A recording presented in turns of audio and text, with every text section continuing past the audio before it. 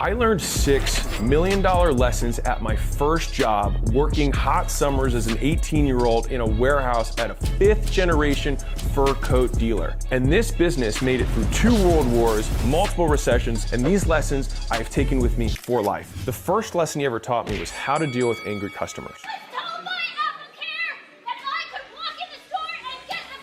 This lady comes in and she is piss angry. She's like, "Where's Johnny?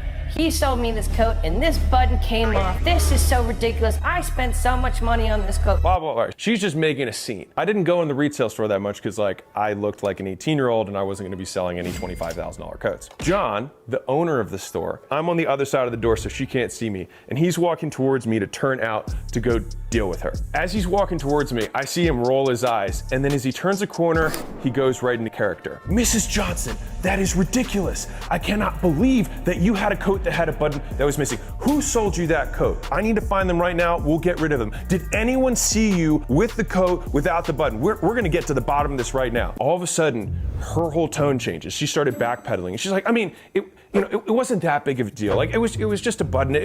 No, we need to get to the bottom of this. This is not acceptable. And she all of a sudden became calm as can be. She's like, "You know what? I just want it to be fixed. If you could fix the coat." And he grabbed it from me. He's like, "We're gonna handle this right now." He goes to the back. They fix the thing in 5 minutes. He hands it back to her and she's like, "Oh, John, you're always the best. Thank you so much for dealing with this. I'm sorry I was a little bit over the top. I've spent so much on the jacket." And he's like, "As you should be." She walked out the door. He turned him in. He was like, and he said, "There could only be one person in the angry boat." So whenever someone comes in the angry boat, what most people try and do is they try and downplay them.